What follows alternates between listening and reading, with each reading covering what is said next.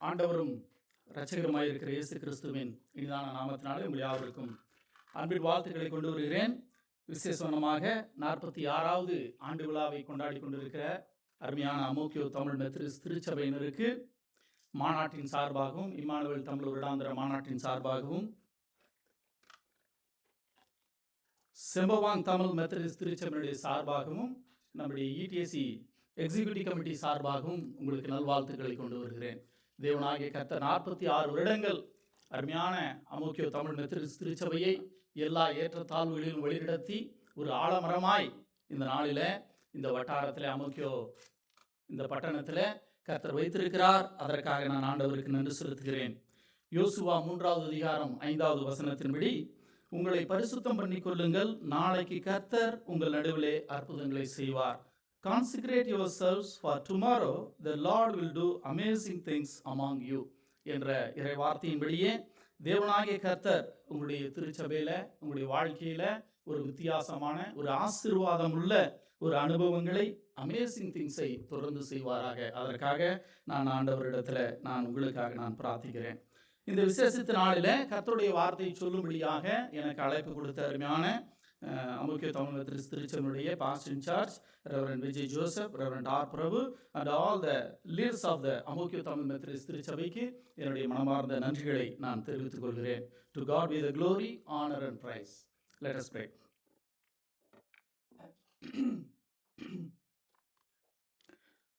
பரிசுத்தமுள்ள எங்களுடைய அன்பு தகப்பனே, அருமையான இந்த நல்ல காலை வேளைக்காக உமக்கு நாங்கள் நன்றி செலுத்துகிறோம் ஐயா. நாட்களை விசேஷித்துக் கொள்ளுகிறவன் கர்த்தருக்கென்று விசேஷித்துக் கொள்ளுகிறான் என்று சொல்லி வேத புத்தகங்களுக்கு சொல்லிக் கொடுக்கிறது சுவாமி. அந்த வார்த்தையின்படி இந்த நாளில் ஆண்டவரே, அருமையான அமோக்கியோ தமிழ் மெத்ரிஸ்ட் திருச்சபை ஒரு விசேஷித்த நாளாக 46 ஆண்டுகளில் உங்களுடைய அன்பின் மாறாத கரம் பிள்ளைகளோடு கூட இருந்ததே, அதற்காக நன்றி சொல்லும்படியாக இந்த நாளை ஒரு விசேஷித்த நாள் என்று சொல்லி ஆண்டவரே அன்பு பிள்ளைகள் அனுசரித்து வருகிறார்கள். அதற்காக உங்களுக்கு நாங்கள் நன்றி செலுத்துகிறோம் ஐயா. இந்த நன்னாளில் அருமையான உங்களுடைய பிள்ளைகளுக்கு ஏக்கத்தோடு பாரத்தோடு தேவனோடு கூட பேச வேண்டும் என்கிற எதிர்பார்ப்போடு கூட வந்திருக்கிற அருமையான அன்பு பிள்ளைகளுடைய நிலவரங்களுக்கு ஏற்ப கர்த்தர் சிங்காசனத்திலிருந்து பேசி அருளும்படியாக ஐயனே உம்மை நோக்கி நாங்கள் பார்க்கிறோம் சுவாமி. தகப்பனே, வார்த்தை உம்முடையது, பேசுகிற உம்முடைய வார்த்தையும் இங்கே அமர்ந்திருக்கிற உம்முடைய பிள்ளைகளுடைய இருதயத்தின் தியானமும் உமது சமூகத்தில் பிரதியாய் இருப்பதாக. ஆமென். வாசிக்க கேட்ட வேத பகுதிக்கு நேராக உங்களுடைய வேத புத்தகத்தை திறந்து வைத்துக் கொள்ளுங்கள். யோவான் எழுதின சுவிசேஷம் 13வது அதிகாரம் வசனங்கள் 31 முதல் 35 வரை நாம் வாசிக்க கேட்டோம். இந்த தலைப்பு இன்றைக்கு எனக்கு கொடுக்கப்பட்டதான தலைப்பு relate with one another through loving service என்ற தலைப்பில் அருமையான கர்த்தருடைய பிள்ளைகளே நாம் தியானிக்க இருக்கிறோம். இப்படியாக நான் வாசித்தேன். பல ஆண்டுகளுக்கு முன்பதாக ஆப்பிரிக்கா தேசத்தில் மிஷினரிகள் ஒரு தொலைதூர கிராமத்தில், ஒரு இன்டீரியர் வில்லேஜில் ஒரு மருத்துவமனையை கட்டினார்கள். மக்கள் சிகிச்சை பெறுவதற்காக நாட்கணக்கில் நடந்தே வந்தனர். ஒரு நாள் ஒரு பத்திரிகையாளர், ஒரு ஜேர்னலிஸ்ட் அந்த மருத்துவமனைக்கு செல்கிறார். நவீன கட்டடங்களையும் அதிநவீன மருத்துவ உபகரணங்களையும் காண்பார் என்று நான் பார்க்க போகிறேன் அப்படிங்கிற ஒரு எதிர்பார்ப்போடு கூட அவர் என்ன செய்கிறார், சென்றார். ஆனால் அதற்கு பதிலாக அந்த ஜேர்னலிஸ்ட் ஒரு குறிப்பிடத்தக்க ஒரு விஷயத்தை கவனித்தார். ஒவ்வொரு காலையிலும் மருத்துவர்கள் தங்கள் வேலையை தொடங்குவதற்கு முன்பதாக பல மைல்கள் நடந்து வந்த ஒவ்வொரு நோயாளியினுடைய புழுதி படிந்த களைத்த பாதங்களை மருத்துவர்களும் செவிலியர்களும் என்ன செய்தார்களாம், மென்மையாக கழுவினார்கள். ஆர்வத்துடன் அந்த பத்திரிகையாளர் அந்த மிஷினரி, இந்த டாக்டர் இடத்துல கேட்டாராம், டாக்டர், ஏன் நீங்கள் அவர்களுடைய பாதங்களை கழுவுவதில் நேரத்தை செலவிடுகிறீர்கள்? அநேக பேஷண்ட் இருக்கிறாங்க, எல்லாம் கியூல நிற்கிறாங்க, அவங்களுக்கு நீங்கள் நிறையா மருத்துவ உதவிகள் செய்யலாமேன்னு சொல்லி அந்த ஜேர்னலிஸ்ட் கேட்கிறார். அதற்கு அந்த மிஷினரி புன்னகைத்து இப்படியாக சொன்னாராம், ஏனென்றால் நாங்கள் அவர்களுடைய காயங்களை தொடுவதற்கு முன்பதாக அவர்கள் நேசிக்கப்படுகிறார்கள் என்பதை அவர்கள் அறிய வேண்டும் என்று நாங்கள் விரும்புகிறோம். ஆனபடினாலே இதை நான் செய்கிறேன் என்று சொல்லி அருமையான அந்த டாக்டர் அவர்கள் என்ன செய்கிறாரா, அந்த பத்திரிகா ஜேர்னலிஸ்ட் இடத்துல சொன்னதாக நான் வாசித்தேன். பிரியமானவர்களே, இது எவ்வளவு உண்மையுள்ள காரியமாக இருக்கிறது. இயேசுவானவர் இதைத்தான் நமக்கு என்ன செய்து கொடுத்தார், சொல்லி கொடுத்தார் என்று சொல்லி நான் பார்க்கலாம். அன்பான அருமையான அமோக்கியோ தமிழ் மெத்ரிஸ்ட் திருச்சபை விசுவாச பெருமக்களே, மக்கள் நம்முடைய பிரசங்கங்களை மறக்கக்கூடும், நம்முடைய பாடல்களை மறக்கக்கூடும், நம்முடைய நிகழ்ச்சிகளை மறக்கக்கூடும்.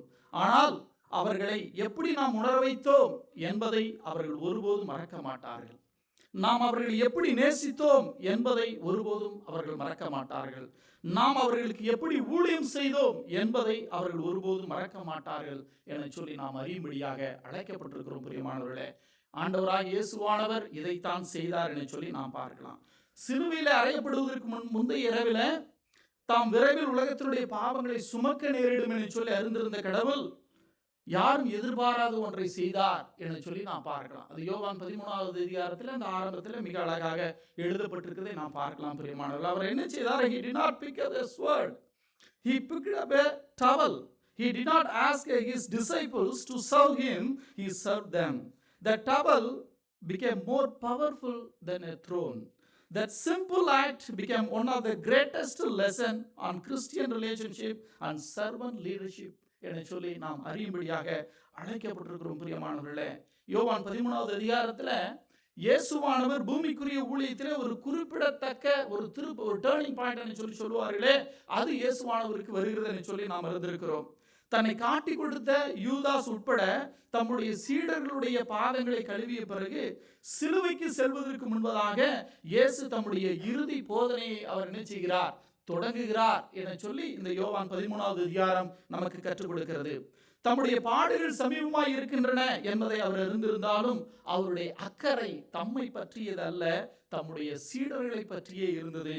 தாம் மறைந்த பிறகு அவர் தம்மை பின்பற்றுகிறவர்கள் ஒருவருக்கொருவர் காட்டும் அன்பின் மூலம் உலகம் அவர்களை அறிந்து கொள்ளும் அவர் என சொல்லி அவர் என்ன செய்தார்? இயேசுவானவர் அவர்களுக்கு போதித்தார் என சொல்லி நாம் பார்க்கலாம். பிரியமானவர்களே, as Amokya Tamil Methodist Church, today we celebrate our church anniversary.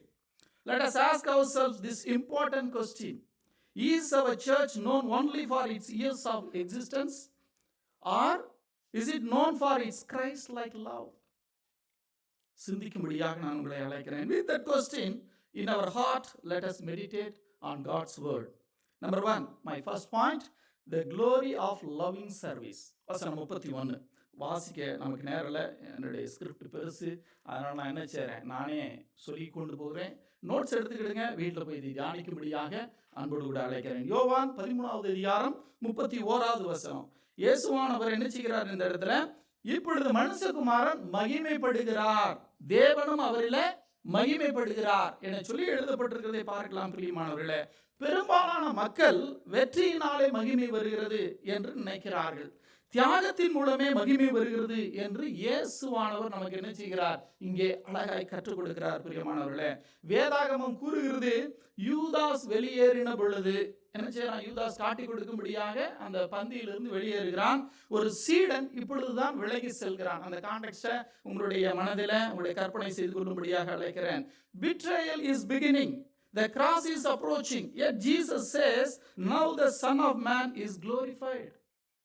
எப்படி இது நடக்கிறது? பாடு எப்படி மகிமையாக மாறும் என சொல்லி நாம் கேட்க வேண்டும். பிரியமானவர்கள், ஏனெனில் தேவனுடைய அன்பு மிக தெளிவாக வெளிப்படுத்தப்படும் பொழுது அவருடைய மகிமை மிகவும் பிரகாசமாக ஜொலிக்கிறது என சொல்லி நாம் பார்க்கலாம். பிரியமானவர்களே, சிலுவை தோல்வி போல தோன்றியது, ஆனால் பரலோகம் அதை எப்படியாக அழைத்தது? வெற்றி என சொல்லி அழைத்தது. சிலுவை அவமானம் போல தோன்றியது, ஆனால் பரலோகம் அதை மகிமை என்று அழைத்தது. அன்புக்கு எப்பொழுதுமே ஒரு விலை உண்டு. பிரியமானவர்களே, அதனால்தான் இயேசுவானவர் அன்பை பற்றி வெறும் பேச்சோடு கூட நிறுத்தவில்லை. அவர் என்ன செய்தாரா? அதை செய்து காண்பித்தார். சிலுவையிலே செய்து காண்பித்தார். அவர் சேவை செய்தார், அவர் கொடுத்தார், அவர் தியாகம் செய்தார். அதுவே உண்மையான அன்பு என சொல்லி நமக்கு ஒரு முன்மாதிரி அவர் என்ன செய்திருக்கிறார்?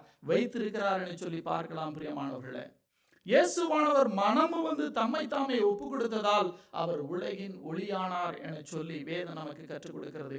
அதுபோலவே ஒரு திருச்சபையினுடைய அங்கத்தினர்கள் ஒருவருக்கொருவர் தங்களை அர்ப்பணிக்க மனமுடன் இருக்கும் பொழுது அந்த திருச்சபை என்னவாகிறதா? மிகவும் பிரகாசமாக ஜொலிக்கிறது. இன்றைக்கு புதிதாக அநேக அங்கத்தினர்கள் நீங்கள் பங்கெடுத்தீர்கள். நான் திருச்சபை எனக்கு என்ன செய்ய வேண்டும் என சொல்லி அல்ல, திருச்சபைக்கு நான் என்ன செய்ய போகிறேன் என்கிற எண்ணத்தோடு உங்களுடைய பயணத்தை தொடங்கும்படியாக அன்பாய் கேட்டுக்கொள்கிறேன். பிரியமானவர்களே, ஒருவருக்கொருவர் தங்களை அர்ப்பணிக்க மனம் இருக்கும் பொழுது மாத்திரம்தான் சபையானது என்ன செய்யுமா, தேவன் விரும்புகிற சபையாய் அது பிரகாசிக்கும் என சொல்லி நாம் பார்க்கலாம்.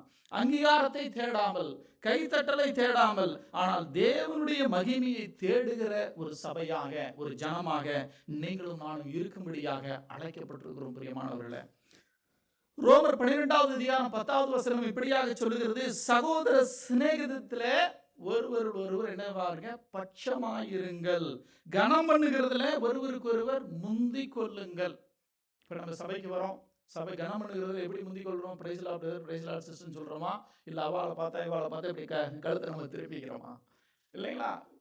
அப்ப நம்முடைய அன்பு எப்படி இருக்கிறது? அப்ப வேதத்துக்கும் நம்முடைய வாழ்க்கைக்கும் ஒரு முரணான ஒரு வாழ்க்கையாக இருக்கிறது. பிரியமானவர்களே, அப்படிப்பட்டவர்களாக அல்ல, வேதம் காண்பிக்கிற திருச்சபையாய், வேதம் காண்பிக்கிற விசுவாச பெருமக்களாய் நீங்களும் நானும் இருக்கும்படியாக அழைக்கப்பட்டிருக்கிறோம்.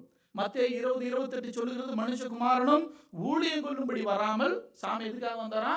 ஊழியம் செய்யவும் அநேகரை மீட்கும் பொருளாக தம்முடைய ஜீவனை கொடுக்கவும் வந்தார் என்றார் என சொல்லி பார்க்கலாம். பிரியமானவர்களே, திருச்சபையுடைய ஆண்டு விழா என்பது, நம்முடைய திருச்சபை எத்தனை ஆண்டுகளாக இருந்து வருகிறது, நான் ஏற்கனவே என்னுடைய இன்ட்ரோடக்ஷன் சொன்னேன், எத்தனை ஆண்டுகளாக இருந்து வருகிறது என்பது என்று கேட்பதற்கான கேள்வி மாத்திரமல்ல, உண்மையான கேள்வி என்னவென்றால், நாம் ஒருவரை ஒருவர் நேசித்த விதத்தின் மூலம் கிறிஸ்து மகிமைப்பட்டு இருக்கிறாரா? இதுதான் ஒரு முக்கியமான. இன்றைக்கு இயேசுவானவருடைய வருகை இருக்குமாயின் ஐயா, சாமி நம்மளை பார்த்து என்ன கேட்பார்? ஆண்டவருடைய வருகை இருக்கும் என்றால் சாமி நம்மளை பார்த்து என்ன கேட்பார்? ஒரு நேசித்தியாப்பா, ஒரு என்னுடைய பிரமாணங்களை நிறைவேற்றினாயா அப்படிதான் கேட்பார். இல்லைன்னா சாமி இன்னொரு வார்த்தை சொல்வார். இன்னொரு வார்த்தை எது? அக்கிரமஜி ஊழியக்காரனே, என்னை விட்டு அகன்று போ, உன்னை யாரென்று அறியேன். அப்ப யாரென்று அறியேன் சாமி அந்த நியாயத்திற்கு சொல்லிட்டு, அதை விட ஒரு வேதனையான விஷயம் உலகத்துல ஒன்றுமே இல்லை. பிரியமானவர்களே, நாம் அப்படி அந்த கூட்டத்தில் அல்ல. இயேசுவானவர் உண்மை உத்தமல்ல ஊழியக்காரனே, சந்தோஷத்துல பிரவேசி என சொல்லி அழைக்கப்படுகிற அந்த கூட்டத்துல நீங்களும் நானும் இருக்க வேண்டும். பிரியமானவர்களே, அதற்காகத்தான் சபை அழைக்கப்பட்டிருக்கிறது. அவருடைய மக்கள் தாழ்மையுடனும் ஒருவருக்கு ஒரு ஊழியம் செய்யும் பொழுது சாமி என்ன செய்யறாரா? மகிமைப்படுத்தப்படுகிறார்.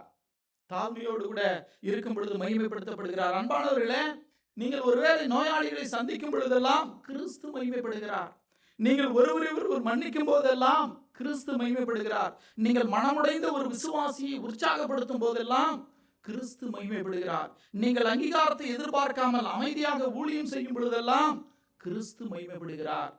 அன்பான ஒவ்வொரு ஊழிய செயலும் ஒரு ஆராதனை செயலாக மாறுகிறது என்பதை அருமையான கர்த்தருடைய பிள்ளைகளை நீங்கள் நான் மறந்து விடக்கூடாது. 46 வருடங்கள் நம்முடைய இந்த அருமையான இந்த கொண்டாட்டத்தை கொண்டாடி கொண்டு இருக்கிறோம். சாமி நம்மளை பார்த்து நம்முடைய ஊழியத்தினுடைய பாதையில, டே டு டே லைஃப்ல நம்ம வாழ்ந்த வாழ்க்கையை பார்த்து சாமி என்ன செய்வாரு? உன்னுடைய ஊழியத்தின் நிமித்தம், வாழ்க்கை நிமித்தம் நான் மகிமைப்பட்டிருக்கிறேன்ப்பா அப்படின்னு சொல்ல போறாரா? சிந்திக்கும்படியாக நான் உங்களை அன்போடு கூட அழைக்கிறேன். Does our service bring glory to our God? நம்முடைய ஊழியத்தினுடைய நிமித்தம் நாம் தேவனுக்கு மகிமையை கொண்டு வந்தோமா? Let us examine ourselves. Number 2, இரண்டாவதாக மாடல் ஆஃப் லவ்விங் சர்வீஸ். கடந்த வாரத்தில் நீங்கள் ஒரு சிலர் கொஞ்சம் பேர் வந்துருந்தீங்க ரிவைவல் மீட்டிங். அதில் ரெவரண்ட் சிஏ பெஞ்சமின் அவர்கள் இந்த காரியத்தை ரொம்ப எம்பசைஸ் பண்ணார். நான் ஸ்கிரிப்ட் எழுதும்போது தான் யோசிச்சேன், ஐயோ ஆல்ரெடி ரெவரண்ட் சிஏ பெஞ்சமின் இந்த காரியத்தை நிறைய எம்பசைஸ் பண்ண, வேறு வழியில் அந்த வசனம் அதுதான். So I have to emphasise also. மீண்டும் சொல்கிறேன், உங்களுக்கு தெரியும், வராதவர்கள் நீங்கள் கற்றுக்கொள்ளும்படியாக அன்போடு கூட அழைக்கிறேன். My second point, the model of loving service. சாமி என்ன மாடலை தியாகத்தின் மூலமாய் அன்பான அந்த சேவையை எப்படிப்பட்டதான ஒரு மாடலா சாமி வைத்திருந்தார் என சொல்லி நான் பார்க்கிறச்ச, 13வது அதிகாரம், யோவான் 13வது அதிகாரம் 34வது வசனத்தை நம்ம வாசிக்கும் பொழுது சாமி அங்கே சொல்லுகிறார், புதிதான கட்டளையை உங்களுக்கு கொடுக்கிறேன். Jesus not only tells us that we should love, he tells us how we should love. எப்படி நாம் என்ன செய்ய வேண்டும்?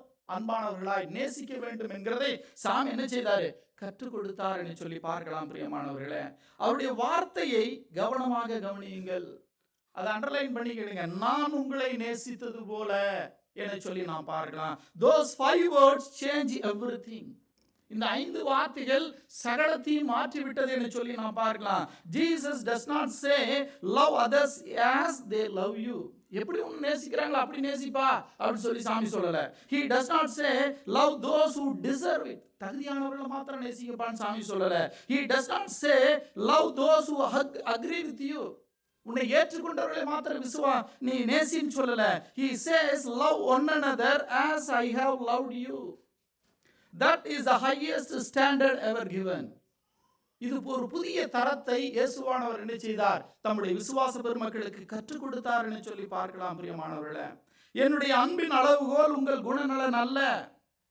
சாமி சொல்றாரு, the measure of my love is not your behavior, the measure of love is Christ behavior.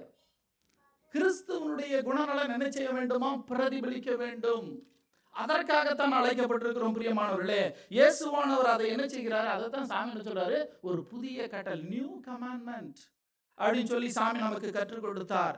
ஏனப்பா இது புதியது? பழைய ஏற்பாட்டில் ஏற்கனவே சாமி சொல்லிட்டார், உன்னில் நீ அன்பு கூறுவது போல பிறனிலும் அன்பு கூறுவாயாக, நான் கர்த்தர் என்று சொல்லி இருக்கிறது என்று சொல்லி ஓல்ட் டெஸ்டமெண்ட்ல வாசிக்கிறோம். நல்லா கவனிங்க, இந்த இடத்துல கட்டளை புதியது அல்ல, தரம்தான் புதியது. The command was not new, the standard was new. சாமி கொஞ்சம் என்ன செய்தார்? அங்க கொஞ்சம் டியூன் பண்ணாரு. அந்த ஸ்டாண்டர்டை இன்னும் கொஞ்சம் என்ன செய்தாரு? சாமி உயர்த்தினார் என்று சொல்லி நாம் பார்க்கலாம். பிரியமானவர்களே, பழைய ஏற்பாடு சொல்லுகிறது, உன்னில் நீ அன்பு கூறுவது போல பிறனிலும் அன்பு கூறுவாயாக. இயேசு இப்பொழுது நான் உங்களில் அன்பாயிருந்தது போல நீங்களும் ஒருவரில் ஒருவர் அன்பாயிருங்கள் என்று சொல்லி இருக்கிறார். கிறிஸ்து எப்படி நம்மை நேசித்தார் நமக்கு நல்லா தெரியும். ரட்சிக்கப்படுவதற்கு முன்பதாக நம்முடைய வாழ்க்கை எப்படிப்பட்ட ஒரு அகோரமான வாழ்க்கையாக இருந்தது. பாவிகளா இருந்த பொழுது அவர் நம்மை நேசித்தார். நாம் அவருக்கு தவறிழைத்த பொழுதும் அவர் நம்மை நேசித்தார். நாம் அவரை மறுதளித்த பொழுதும் அவர் நம்மை நேசித்தார். நாம் அவருக்கு துரோகம் செய்த பொழுதும் அவர் நம்மை நேசித்தார். நாம் தகுதியற்றவர்களாக இருந்த பொழுதும் இயேசுவானவர் தேடி வந்து நம்மை நேசித்தார் என்று சொல்லி பார்க்கலாம். பிரியமானவர்களே, இதுதான் இறையல் வட்டாரத்தில் சொல்லுவார்கள், the love of agape, agape love அப்படின்னா தெய்வீக அன்பு என சொல்லி அழைக்கப்படுகிறது. பிரியமானவர்களே, நாம் அன்பினுடைய ஊற்று அல்ல, கிறிஸ்துவே அன்பினுடைய ஊற்றாய் இருக்கிறார். நாம் அவருக்கு எவ்வளவு நெருக்கமாக நிற்கிறோமோ அவ்வளவு பிரகாசமாக அவரை பிரதிபலிக்க முடியும் என்கிறதை நீங்கள் நான் மறந்து விடக்கூடாது. அருமையான கர்த்தருடைய பிள்ளைகளை, மக்கள் நம் மூலமாக நம்மை சார்ந்தவர்கள், நண்பர்கள், நம்முடைய சபையில, நம்ம வாழ்கிற நம்ம அந்த வட்டாரத்தில், கம்யூனிட்டியில, வேலை செய்கிற இடங்களில கிறிஸ்துவனுடைய அன்பை காண முடியாவிட்டால் ஒருவேளை நாம் ஒளியிலிருந்து விலகி சென்று விட்டோம் என சொல்லி அர்த்தம். நீங்களும் நானும் நடமாடும் சுவிசேஷங்களாக இருக்கும்படியாக அழைக்கப்பட்டிருக்கிறோம். பிரியமானவர்களே, ஏனோ தானோ என்கிறதான வாழ்க்கை அல்ல, கிறிஸ்துவுக்காக நற்கந்தங்களாக வாழக்கூடியதான வாழ்க்கை வாழும்படியாக என்ன செய்திருக்கிறாரு? சாமி நம்மை அழைத்திருக்கிறார் என்கிறதை அருமையான கர்த்தருடைய பிள்ளைகளை நீங்களும் நான் இந்த நன்னாளிலே மறந்து விடக்கூடாது. அன்பு செய்யும்படியாக அவர்களுக்கு கட்டளையிடுவதற்கு முன்பதாகவே இயேசுவானவர் என்ன செய்தார்? அவருடைய பாதங்களை கழுவினார். ஏன் சாமி எதனால் அப்படி செஞ்சார்? ஏனென்றால் அன்பு போதிக்கப்படுவதற்கு முன்பதாக செய்து காட்டப்படுகிறது. சாமி என்ன செய்த? எடுத்து டக்குன்னு போயிட்டு எல்லாத்தையும் அப்படியே நீங்க செய்யல. எங்கேயோ ஒரு டவர்ல உட்காந்துட்டு, சாமி எங்கேயோ ஒரு மலையில உட்காந்துட்டு யூ டூ யூர் செல்ஃப் அப்படின்னு சாமி சொல்லல. It's a role model. அவர் செய்து காண்பித்தார் என்று சொல்லி நாம் பார்க்கலாம். நல்லா கவனிக்கிற இடத்துல குழந்தைகள் கேட்பதை விட பார்ப்பதின் மூலமே அதிகமாக கற்றுக்கொள்கிறார்கள் இல்லைங்களா? நம்ம நிறைய காரியங்கள் டீச் பண்றோம், எல்லாமே பிள்ளைங்க கற்றுக்கொள்கிறாங்க இல்லை. அந்த பார்வையில, அந்த ஆக்ஷன்ல அநேக காரியங்களை பிள்ளைகள் கற்றுக்கொள்கிறார்கள். சர்ச் மெம்பர்ஸ் ஆல்சோ அப்படிதானே. சபை அங்கத்தினர்கள் போதனைகளை காட்டிலும் முன்மாதிரியின் மூலமாகவே என்ன செய்கிறார்கள்? கற்றுக்கொள்ளுகிறார்கள் என்று சொல்லி நாம் பார்க்கலாம். தலைமைத்துவம் என்பதனால கவனிங்க, தலைமைத்துவம் என்பது வெறும் வழிகாட்டுதல்களை வழங்குவது மட்டுமல்ல. தலைமைத்துவம் என்பது வழியை காண்பிப்பது என சொல்லி நாம் பார்க்கலாம்.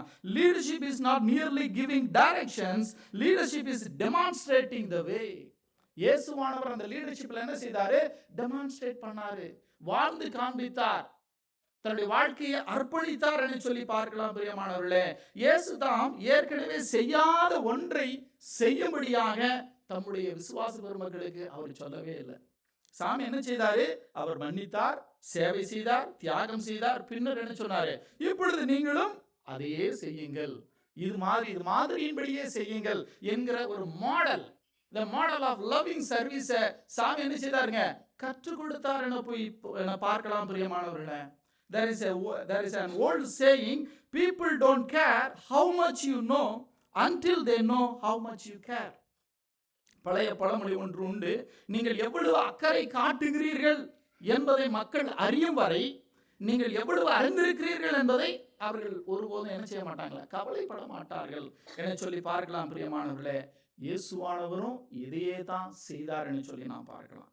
அவர் வெறுமனே இரக்கத்தை மாத்திரம் அவர் என்ன செய்யல, சாமி போதிக்கல, அவர் இரக்கத்தை கடைபிடித்தார். அவர் வெறுமனே தாழ்மையை மாத்திரம் கற்பிக்கவில்லை, அவர் தாழ்மையை செய்து காட்டினார். அருமையான கர்த்தருடைய பிள்ளைகளே, the act of love preached louder than his words என்கிறதை நீங்களும் நானும் மறந்து விடக்கூடாது. அவருடைய வார்த்தைகளை விட அன்பின் செயல் உறக்க பேசியது. இன்றைக்கு அப்படிதான் அநேக வேளைகளில் அருமையான கர்த்தருடைய பிள்ளைகள், போதகர்கள், ஆண்டவருடைய தலைமைத்துவத்தில் இருக்கிற அநேக நண்பர்கள், ஈவன் நார்மல் லே பீப்புள் எத்தனையோ தியாகங்களை செய்கிறார்களே. அப்படிப்பட்டதான தியாகங்கள் சைலண்டா இருக்கிறது அநேக இடங்களில். அவர்கள் எல்லாம் என்ன செய்கிறது, ஒரு ரோல் மாடலாக காணப்படுகிறது என்று சொல்லி பார்க்கலாம் பிரியமானவர்களே. கலாத்தியர் 5வது அதிகாரம் 13வது வசனம் சொல்லுகிறது, அன்பினாலே ஒருவருக்கு ஒருவர் ஊழியம் செய்யுங்கள். அன்பில்லாதபடிக்கு நம்ம உங்களுக்கு தெரியும், 1 கொரிந்தியர் 13வது அதிகாரம் பியூட்டிஃபுல்லான பல முறை பல பிரசங்கங்கள் நம்ம கேட்ட வசனம் இல்லைங்களா. நம்ம அன்பில்லாதபடிக்கு எந்த ஊழியம் செய்தால் நம்ம மேபி வி ஆர் மெத்தடிஸ்ட், நம்ம ரிப்போர்ட்ல பயங்கரம் நல்லா எழுதலாம் இல்லைங்களா. ஆனா அன்பில்லாத ஒரு செயல் கர்த்தருடைய மகிமை கொண்டு வருமா, கொண்டு வராது. கர்த்தருடைய மாடலை நம்ம பின்பற்றுகிறோமா, நிச்சயமாக இல்லை என்கிறதை நீங்களும் நானும் அறிந்திருக்கிறோம் பிரியமானவர்களே. அதனாலதான் பரிசுத்த Pavul Paul says love serves, not controls, not dominates, not demands. அப்ப அன்பு சகலத்தையும் தாங்கும் என்று சொல்லி அவர் சொல்லி இருக்கிறதை நாம் பார்க்கலாம் பிரியமானவர்களே. பிலிப்பியர் 2வது அதிகாரம் 3-4 சொல்லுகிறது, ஒன்றையும் வாதினாலாவது. வாசிங்களேன், இந்த வசனத்தை மட்டும் வாசிங்களேன், பியூட்டிஃபுல்லான ஒரு வர்ஸ். பிலிப்பியர் 2வது அதிகாரம் 3-4 வாசி.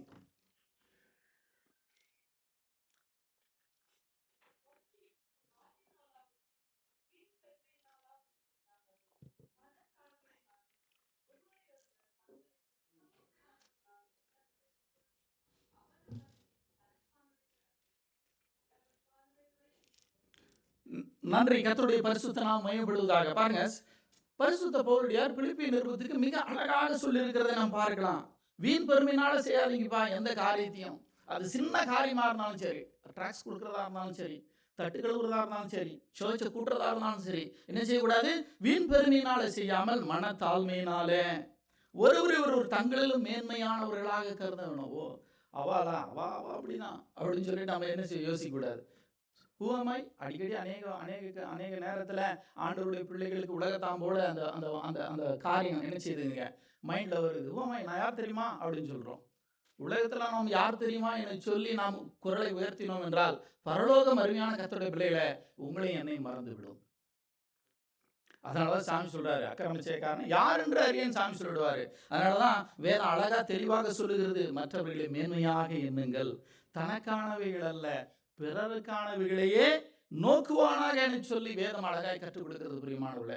இயேசுடைய வாழ்க்கையில நம்ம பார்க்கிறச்சே இயேசுவானவர் மிக அழகாக இதைத்தான் செய்தார்.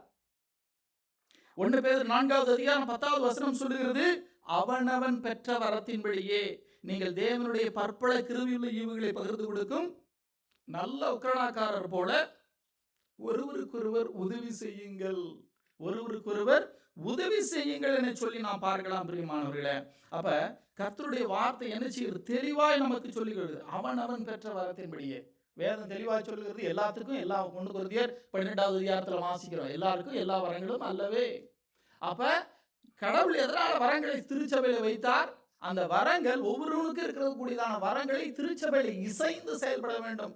அதனாலதான் திருச்சபையானது சங்கீதக்காரன் சொல்கிறார், இசை வினைப்பான நகரம், எருசலேம் இசைவனைப்பான நகரம். நீங்களும் நானும் புதிய எருசலேம் என்கிறதை மறந்து விடக்கூடாது. ஆண்டவருடைய பிள்ளைகள், புதிய ஏற்பாட்டில் வாழக்கூடியதான ஆண்டவருடைய ஜனங்கள்.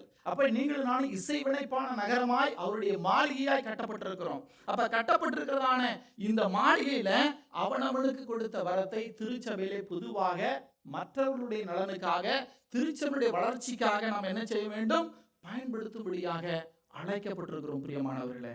நாம் பெற்ற வரத்தை நம்மை கட்டி எழுப்ப அல்ல, மற்றவர்களை கட்டி எழுப்புவதற்கு பயன்படுத்தப்பட வேண்டும். சின்ன சின்ன காரியம், பெரிய ஒரு காரியம் இல்லை. ஒவ்வொரு வரமும் சேவை செய்வதற்கான ஒரு கருவி. Every gift is the tool for serving. அதை மறந்துடக்கூடாது. எனக்கு இந்த வரம் தான் இருக்கு, எனக்கு இதில் ஓகே, இருக்கிற வரங்களை என்ன வைத்துக்கொண்டு நான் எப்படி கடவுளுக்கு நான் ஆராதிப்பேன், எப்படி கடவுளுக்கு நான் சேவை செய்வேன் என்கிறது ரொம்ப ரொம்ப முக்கியம் பிரியமானவர்களே. நான் கடந்த வாரத்தில் மருத்துவமனையில் இருந்தேன். டாக்டர் அமுதா அவர்கள் என்னை வந்து சந்தித்தார்கள் மருத்துவமனையில். கிட்டத்தட்ட 1.5 hour நாங்கள் என்ன செய்தோம், டாக்டர் என் இடத்துல பேசி கொண்டிருந்தார். நான் யோசித்தேன், பெரிய டாக்டர் அவங்க வந்து என்கிட்ட இவ்வளோ நேரம் ஸ்பெண்ட் பண்ணுறாங்களே அப்படின்னு சொல்லிட்டு. அப்போ அவங்களும் லீவ் இருந்தாங்க. என் இடத்துல பேசி கொஞ்ச நேரம் நாங்கள் ஜெபம் பண்ணோம் 2 பேர் சேர்ந்து. கர்த்தருக்கு ஸ்தோத்திரம். பாருங்க, ஒரு சின்ன காரியம் அந்த நாளிலே எனக்கு பெரிய ஆறுதலாக இருந்தது. சின்ன சின்ன காரியத்திலே மற்றவர்களுக்கு நாம் எப்படி உறுதுணையாக, எப்படி ஆசீர்வாதமாக நாம் இருப்போம் என்கிறது ரொம்ப முக்கியம் பிரியமானவர்களே. As we celebrate another year, let us ask ourselves, are we following the model of Jesus taught us? இயேசுவானவர் கற்றுக் கொடுத்த அந்த மாடல் படி, அந்த பேட்டர்ன் படி நம்முடைய திருச்சபை, அமோக்கியோ தமிழ் மெத்தடிஸ்ட் திருச்சபை இயங்கிக் கொண்டிருக்கிறதா? Not only the leadership, not only the pastors, ஒவ்வொரு விசுவாசிகளும். நான் ஏற்கனவே சொல்லி இசைவினைப்பான நகரம். நம்ம எல்லாரும் சேர்ந்து, தமிழ்ல ஒரு நல்ல ஒரு பழமொழி சொல்லுவாங்க, ஊர் கூடி இழுத்தால்தான் சொல்லுங்க தெரியுமா, தேர் வந்து சேரும் இல்லைங்களா? நம்ம எல்லாம் சபையாக சேர்ந்து ஆண்டவருடைய மகிமைக்காக இந்த காரியங்களை செய்யும் பொழுது ஆண்டவர் நிச்சயமாக மகிமைப்படுவார் என்கிறதுல சந்தேகம் இல்லை பிரியமானவர்களே. அருமையான கர்த்தருடைய பிள்ளைகளை, 46வது ஆண்டு விழாவை கொண்டாடி கொண்டிருக்கிறவங்களுடைய வாழ்க்கையில திருச்சபை நல்ல ஊழியம், மக்கள் நிறைய வந்துட்டாங்க. இன்னைக்கு ரொம்ப சந்தோஷம். மற்ற திருச்சபைகளை பாட்டில் அநேகர் இங்கே இருக்கிறீங்க. கர்த்தருக்கு ஸ்தோத்திரம். ஃபைனான்ஸ்லான ஒரு ஸ்ட்ரென்த் ஊழியம், அந்த ஊழியம் பெரிய புக்லெட்டே நீங்கள் அடிக்கிறீங்க இல்லைங்களா? உங்களுடைய கான்ஃபரன்ஸுக்கு வந்து எனக்கு பயமாக இருக்குது, இவ்வளோ பெரிய புக்லெட்டு கொடுக்குறாங்களே அப்படின்னு சொல்லிட்டு இல்லைங்களா? நல்ல ஊழியம், கர்த்தருக்கு ஸ்தோத்திரம், எல்லாம் சரிதான்யா. ஆனால் அந்த மாடல், சாமி கற்றுக் கொடுத்த மாடல் இருக்குதா சர்ச்சில்? That's very very important. இல்லைன்னா உலகத்தான போல நம்ம என்ன செய்வோம், சிம்பிளாக ரிப்போர்ட் கொடுத்துட்டு போயிடும். அதற்காக அழைக்கப்படவில்லை. நம்முடைய அழைப்பு என்ன? தேவ நோக்கத்தை நிறைவேற்றுவதற்காக, தேவ சித்தத்தை செய்வதற்காக என்கிறதை அருமையான கர்த்தருடைய பிள்ளைகளை நீங்களும் நானும் மறந்து விடக்கூடாது. My third and final point, the mark of loving service. 35வது வசனம், நீங்கள் ஒருவரில் ஒருவர் அன்புள்ளவர்களாய் இருந்தால் அதனால் நீங்கள் என்னுடைய சீசர்கள் என்று எல்லாரும் அறிந்து கொள்வார்கள் என சொல்லி வேதம் சொல்லுகிறது. அன்பான சகோதர சகோதரிகளே, நாம் 2 மகத்தான உண்மைகளை இந்த வசனத்தினூடாய் நாம் பார்த்தோம். முதலாவது, அன்பான சேவை தேவனை மகிமைப்படுத்துகிறது. இரண்டாவதாக, அன்பான சேவை கிறிஸ்துவுடைய முன்மாதிரியை பின்பற்றுகிறது. இப்பொழுது இயேசு சாமி என்ன செய்துட்டாரு, அவருடைய டீச்சிங்குடைய கிளைமேக்ஸ்க்கு வந்துட்டார். சாமி போதனுடைய உச்சகட்டத்தை ஆண்டவர் அங்க வந்து விட்டார். நாம் உண்மையில அவருக்கு உரியவர்கள் என்பதற்கு அவரே மாபெரும் ஒரு சான்றை, ஒரு சாட்சி சாமிக்கு கொடுக்கிறாரு. இயேசு என்ன சொல்லவில்லை, நல்ல கவனிங்க, இயேசு என்ன சொல்லவில்லை என்பதை கவனிக்கும்படியாக அழைக்கிறேன். நீங்கள் ஒவ்வொரு ஞாயிற்றுக்கிழமையும் தேவாலயத்திற்கு வருவதால் நீங்கள் சீடர்கள் என்பதை மக்கள் அறிந்து கொள்வார்கள் என்று சாமி சொன்னாரா? இல்ல, சொல்லல. அப்ப நீங்கள் வேதாகமத்தை ஜெனிசிஸ் டு ரெவலேஷன் நான் ஃபிங்கர் டிப்ல வச்சிருக்கேன்பா அப்படின்னு நீங்க சொல்வதனாலே நீங்கள் என் சீடர்கள் என்று சொல்லி சாமி சொன்னாரா? அதையும் சொல்லல. நீங்கள் அழகான ஆராதனை பாடல்கள் பாடுவதால் நீங்கள் என் சீடர்கள் என்பதை மக்கள் அறிந்து கொள்வார்கள் என்று சாமி சொன்னாரா?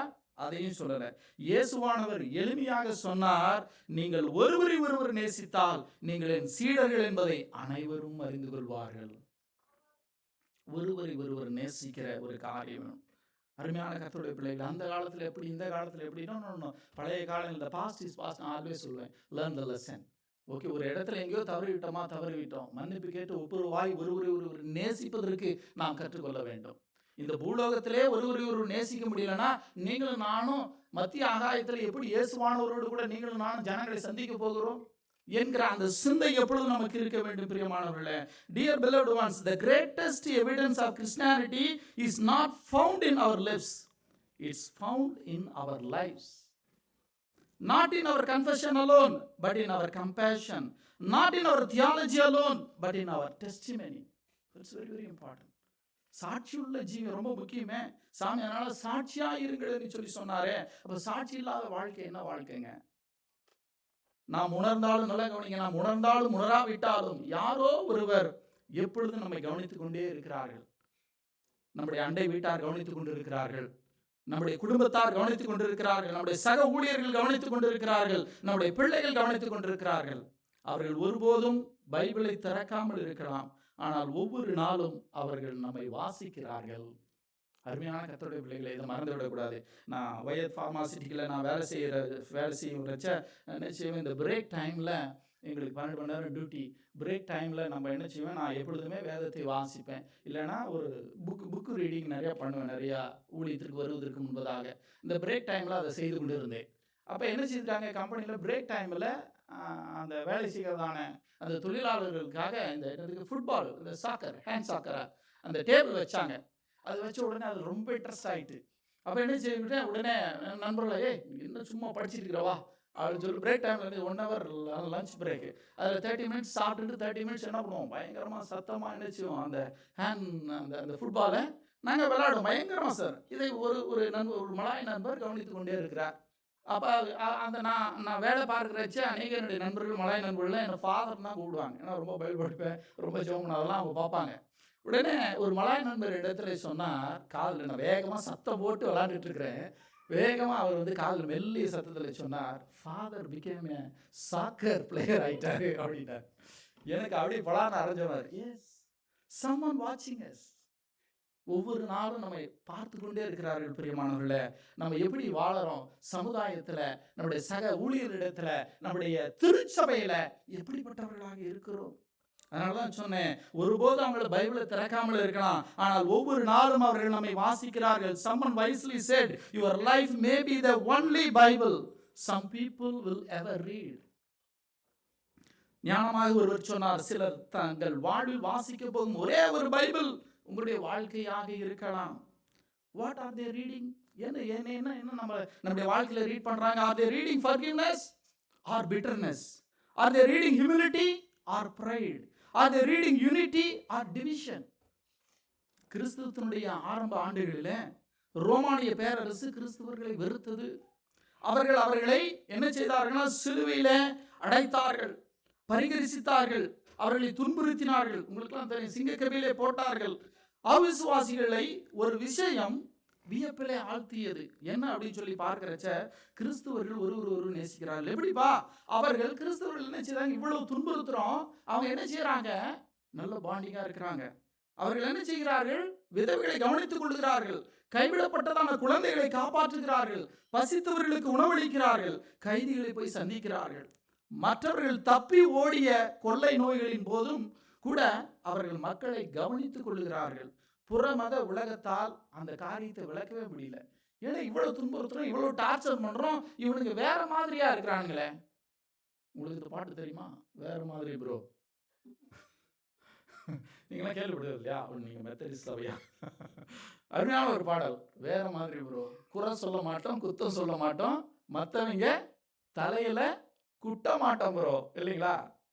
சரி, அது நீங்கள் வேணா போய் யூடியூப்ல பார்த்துக்கிடுங்க. நல்ல ஒரு சாங்கு. அந்த கருத்துகள் ஒரு ஆழமான ஒரு நல்ல கருத்துக்களாக இருக்கிறதான காரியங்கள். அப்ப இந்த விசுவாச பெருமக்கள் என்ன செய்கிறாங்க, ரோமானிய பேரரசு பார்த்து இவனுக்கிட்ட ஏதோ சம்திங் இருக்குடா, என்ன இவனுக்கு எப்படிப்பட்டவர்களாக இருக்கிறார்கள்.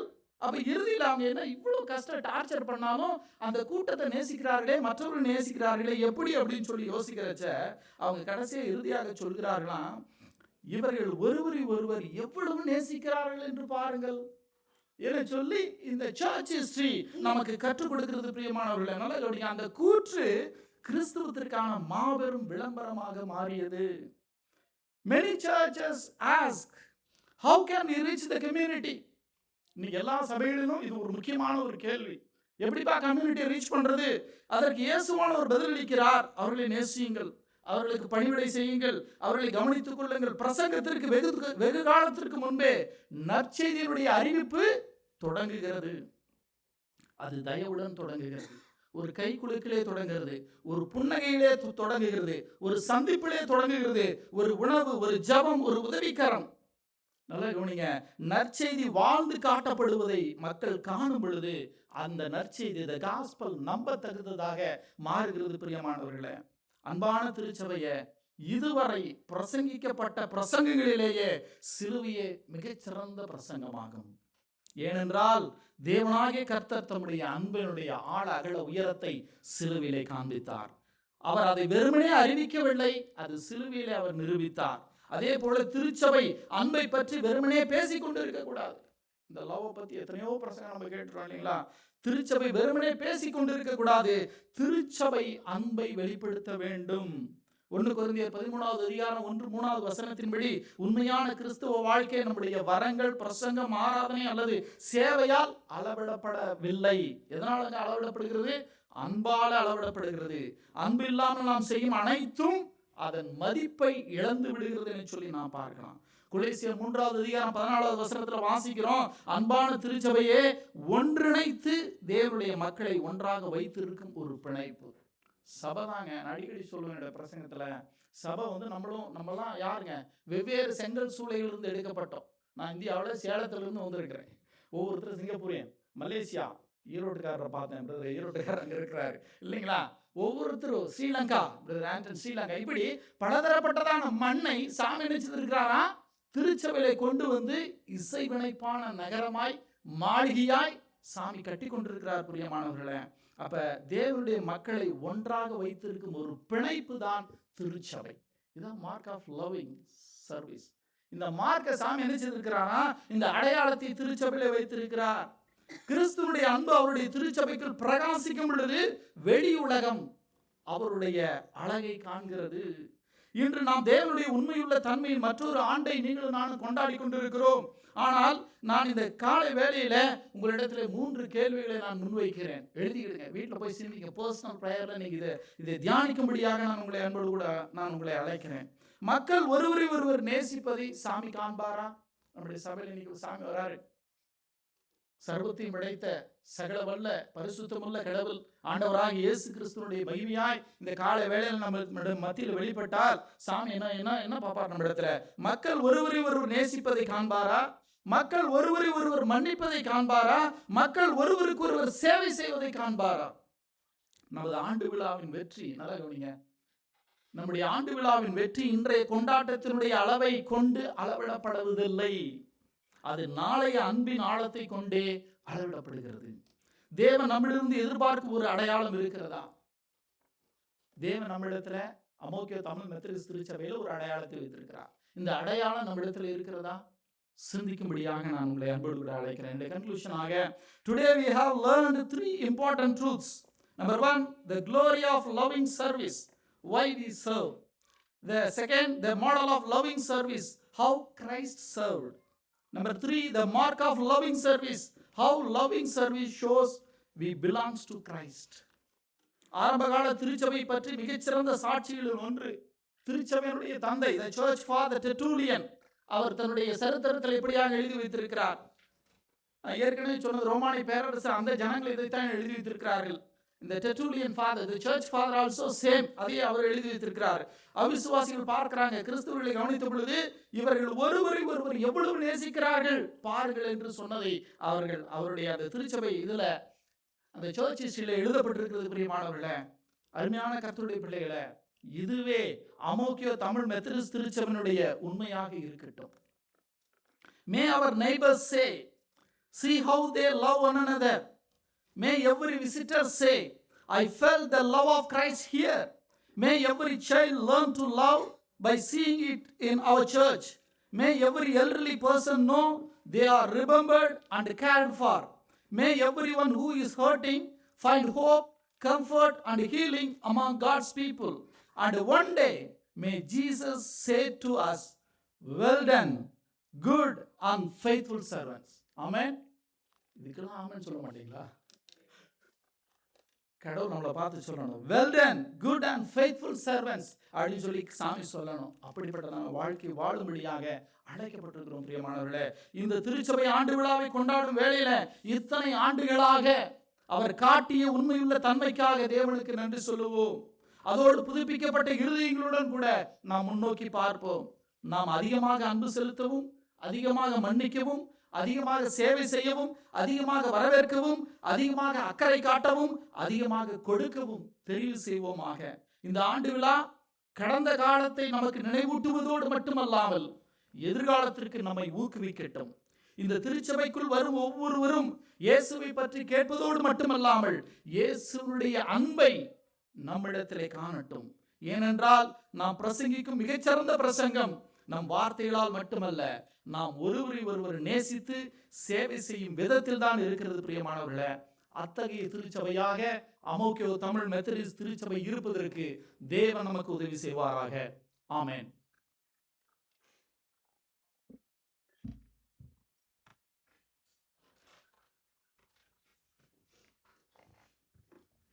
இந்த நாளிலும் ஆண்டவருடைய வார்த்தையை நமக்கு தெளிவாக கொண்டு வந்த நம்முடைய மாநாட்டின் தலைவர் மரியாதை சரவணகுமார் அவர்களுக்கு சபையின் சார்பாக நன்றியை தெரிவித்துக் கொள்கிறேன். நாம் இப்பொழுது யாவரும்